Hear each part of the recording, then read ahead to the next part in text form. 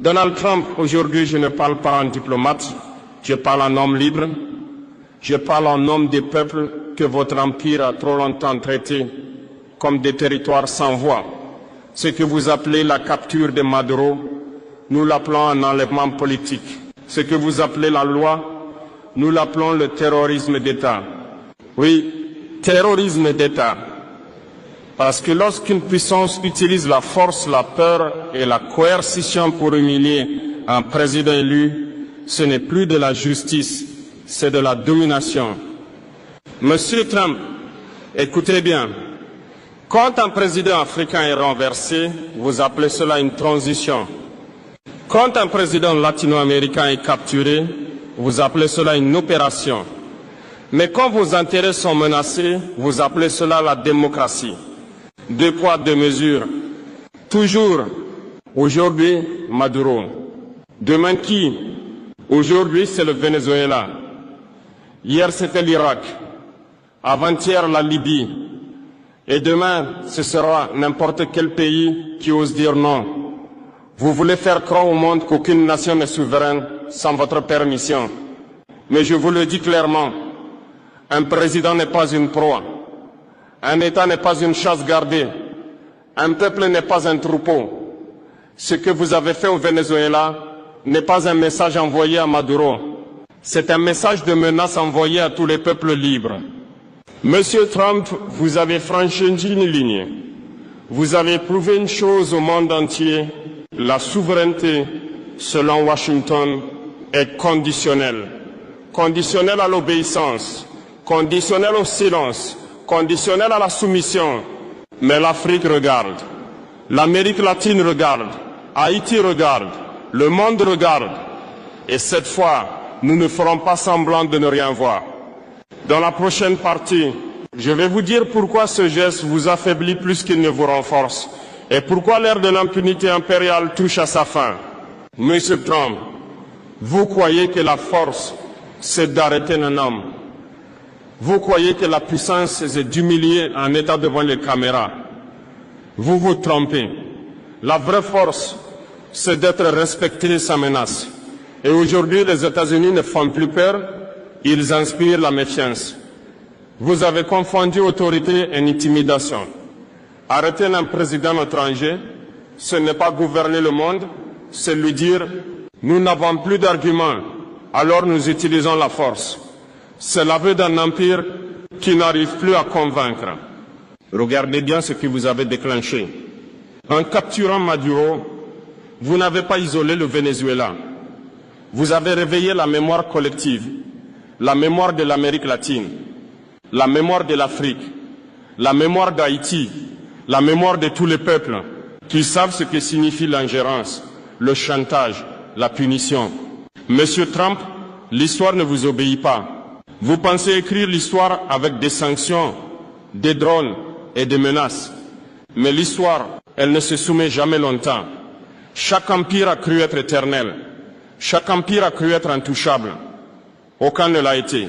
Votre message est clair et il est dangereux. Votre message dit ceci: si vous ne coopérez pas, vous serez punis. Mais ce message produit l'effet inverse. Il pousse le peuple à chercher des alternatives, à se détacher de vos systèmes, à construire sans vous. Vous avez perdu l'arme la plus puissante, la légitimité. Sans légitimité, la force devient brutalité. Sans respect, la puissance devient peur. Et la peur, Monsieur Trump, ne dure jamais. Je vous le dis sans menace, mais sans faiblesse. Ce que vous avez fait à Maduro sera étudié, analysé, retenu. Et chaque pays saura désormais que la protection américaine a un prix, la soumission totale. Je vais vous expliquer pourquoi l'Afrique ne sera plus jamais un terrain d'expérimentation et pourquoi ce monde unipolaire touche à sa fin. Monsieur Trump, pendant trop longtemps, l'Afrique a été traitée comme un terrain d'essai, un endroit où l'on teste des coups d'État, des sanctions, des dirigeants dociles et des peuples qu'on croit sans mémoire. Cette époque est terminée.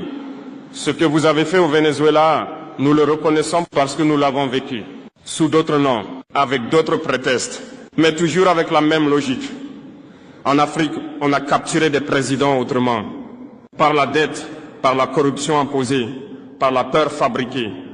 Vous appelez cela coopération. Nous appelons cela domination. Vous avez pris nos matières premières et laissé nos peuples pauvres. Vous avez soutenu des régimes faibles pour mieux contrôler des nations riches. Et maintenant, vous vous étonnez que l'Afrique parle d'une seule voix. Monsieur Trump, écoutez ceci attentivement. L'Afrique observe la capture de Maduro comme un miroir du passé et un avertissement pour l'avenir. Si un président latino-américain peut être humilié publiquement, alors aucun président africain n'est en sécurité dans votre ordre mondial. Mais voici ce que vous n'avez pas compris. Nous ne voulons pas remplacer un maître par un autre. Nous ne voulons pas changer de chaîne. Nous voulons les briser. L'Afrique ne mendie plus. Elle s'organise, elle apprend, elle coopère autrement. Votre monde unipolaire se fissure. Vous appelez cela une menace. Nous appelons cela un rééquilibrage naturel de l'histoire. Quand un système ne profite qu'à une minorité, il finit toujours par être remis en cause. Ce discours n'est pas une provocation. C'est un constat, un avertissement calme, un message clair. L'Afrique ne sera plus jamais votre laboratoire politique, économique ou militaire. Je vais parler d'un peuple qui comprend cette réalité mieux que tous les autres. Haïti. Monsieur Trump, si vous pensez que le monde ne comprend pas ce que vous avez fait au Venezuela, alors regardez Haïti. Haïti n'a pas besoin de rapport. Haïti n'a pas besoin d'analystes. Haïti a vécu ce que vous faites. Haïti a été le premier avertissement, premier peuple noir libre, première révolution d'esclaves victorieuse, et immédiatement puni. Puni pour avoir osé être libre, puni par la dette, puni par l'isolement, puni par l'ingérence permanente.